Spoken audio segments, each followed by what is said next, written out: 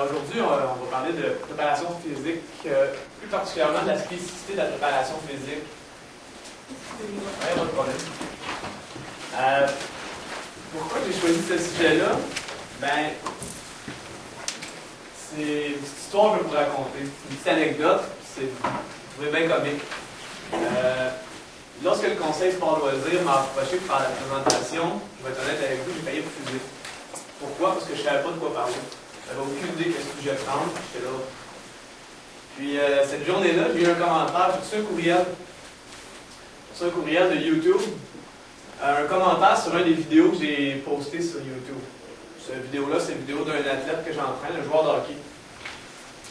Un très beau commentaire, très constructif, disant en anglais "This is hockey, FTW pour WTF pour what the fuck", en guillemets.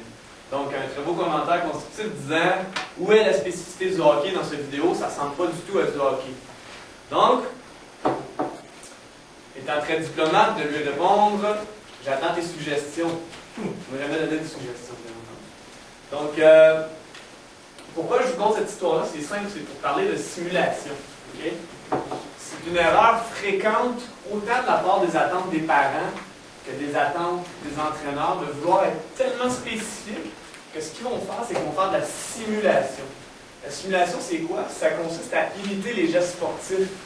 Dans le fond, c'est de faire le geste sportif, là, pareil, de mettre une résistance. Okay? Donc là, les gens, au niveau marketing, si je peux dire, ça fait très concept de dire « Hey, on fait exactement ce qui est fait dans le sport. Wow! Donc là, ça doit être très très bon, puisque c'est exactement le mouvement du sport, de ce qu'on voit dans notre sport. » Mais si on prend une petite citation de Mel Siff, qui est une sommité en entraînement athlétique, la simulation de n'importe quel mouvement en utilisant une charge excessive est à proscrire, puisqu'elle peut amener le système neuromusculaire dans un état de confusion. Le système nerveux qui est l'ordinateur, dans le fond, ce qu'on va faire, c'est que le mouvement précis qu'on fait en état sportif versus ce qu'on fait en musculation qu'on essaye d'imiter, c'est tellement similaire, mais en même temps, il y a des petites distinctions parce qu'on fait différemment, qu'on fait qu'on le mélange complètement. Donc, est-ce qu'on s'aide? Pas du tout, au contraire, on met ça en état, on met l'ordinateur en état de confusion. Une chose que j'aime aussi de cette citation-là, je vais vous la lire, parce qu'on va la discuter, c'est parce qu'il y a différents concepts là-dedans, c'est même si l'entraîneur tente méticuleusement d'offrir une résistance adéquate lors d'une simulation en utilisant des charges similaires à celles rencontrées dans le sport. Donc on essaye là, juste, pas trop, juste un peu pour ne pas le mélanger. Il y aura habituellement des changements dans le positionnement du centre de gravité de l'athlète, dans les moments d'inertie. Je ne connais pas vos notions biomécaniques, là, mais c'est juste de dire les résistances par rapport au levier.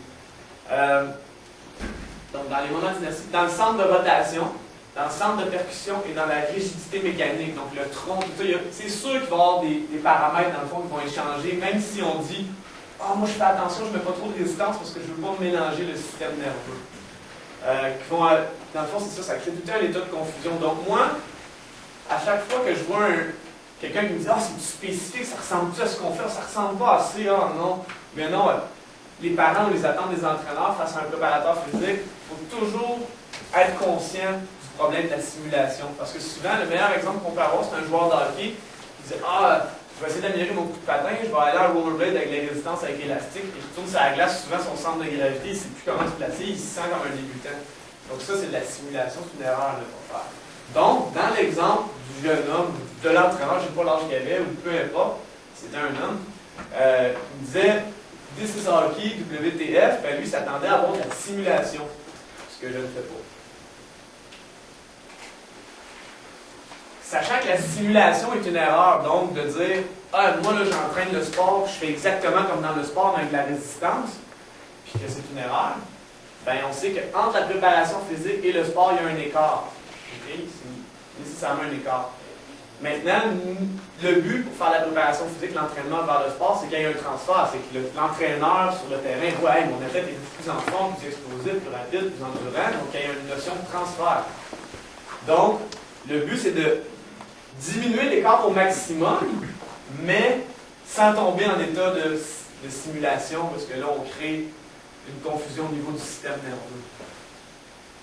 Ok, encore une citation. Je vous mets des bonnes citations, c'est parce que c'est des gens, des grandes sommités. Ici, c'est Vern Gambetta, qui est un excellent préparateur physique américain. J'aime bien sa citation. Je vais vous la lire et on va la décrire. Quand je regarde les sports d'une perspective du mouvement et non d'une perspective de l'habileté, je vois de la beauté et de la fluidité. Tous les lancers se ressemblent fondamentalement. Tous les sauts se ressemblent. Les accélérations, peu importe le sport, se ressemblent. Les seules choses qui changent sont l'équipement, la surface et l'uniforme du sport. Quand j'entraîne, je regarde les points en commun dans les mouvements et j'entraîne ces points en commun. Donc, dans le fond, souvent, au nom du marketing, au nom de peu importe quoi, un programme spécifique au soccer, un programme spécifique au hockey, c'est sûr que je ne dis pas qu'on entraîne un joueur de hockey ou un joueur de soccer ou un joueur de basket de la même manière, mais il y a beaucoup plus de similarités qu'on peut le penser, par contre. Donc, les gens me disent hey, c'est-tu spécifique? Attendez un peu avec ça. Okay. Tous les sports incluent quelques-uns de ces mouvements. Courir, sauter, lancer, pousser, tirer, allonger le bras, ben, reach, tout dépendant des sports. Lever ou soulever, se pencher, s'étirer, décélérer, accélérer. Donc, c'est des habiletés de base que tout athlète, ben, pas dans tous les sports, donc quelques-uns des mouvements, devrait bien maîtriser par contre. Pour élaborer un programme d'entraînement efficace, il faut entraîner des habiletés de mouvements fondamentaux. Ça, c'est ça, les mouvements fondamentaux, avant d'entraîner les habiletés spécifiques au sport. Vous avez entendu parler du modèle canadien de développement à long terme de l'athlète, le DLTA? C'est une ligne, dans le fond, pour en parler. Donc, on commence par les fondamentaux et par la suite, on va vers le spécifique. Donc là, Jean, dans l'autre salle, parle de la musculation simplifiée pour les enfants. Moi, aujourd'hui, je vais aller un petit peu plus avancé dans ce qu'on va voir comme méthode d'entraînement. Il y en a, il y a des risques et il y a des bénéfices. Il faut être conscient de vraiment la globalité de l'ensemble. Moi, je donne des exemples plus avancés dans mon vidéo. Ça se peut que ça ne s'adapte pas à vos athlètes, mais je jugeais important en région de quand même amener ces méthodes d'entraînement-là, même si je vous regarde, j'imagine que la plupart de vos athlètes ne sont pas encore prêts pour ça. Okay, je vais juste vous mettre en garde, vous donner, mais c'est une perspective à long terme, bien entendu. Ici, on a un continuum fonctionnel. Okay? On a de 1 à 10. 1 étant un exercice qui est complètement stérile, artificiel, qui n'a rien spécifique au sport. Par exemple, un bicep curl. Tout le monde sait c'est quoi un bicep curl? Il n'y a pas grand spécificité là-dedans pour un sport. C'est sûr qu'il y a des sports qui vont peut-être trouver une meilleure application, mais c'est unilatéral. C'est unilatéral ou bilatéral, c'est-à-dire un côté à la fois ou deux côtés à la fois, mais c'est isolation, un seul muscle, une seule articulation en mouvement, donc uniarticulaire. C'est pas quelque chose qui va être très payant pour un athlète. On a tout un éventail de 1 à 10. 10 étant l'activité sportive même.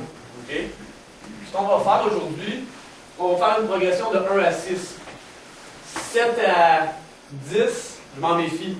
Parce que j'ai peur de tomber dans le piège de la simulation que je vous ai expliqué tantôt.